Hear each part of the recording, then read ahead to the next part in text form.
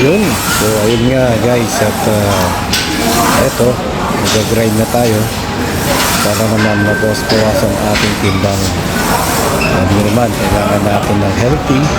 Lalo dito tayo sa abroad, marami sa pamilya. Dahil kung nagkasakit ka, naku, sarili mo ang gagamot. Wala nang iba. Walang titingin sa'yo. Walang mag-aalaga sa'yo kung sa sarili mo. So, kailangan talagang alagaan mo ang sarili mo. Exercise, masal, at syempre sa mga kinakain, kailangan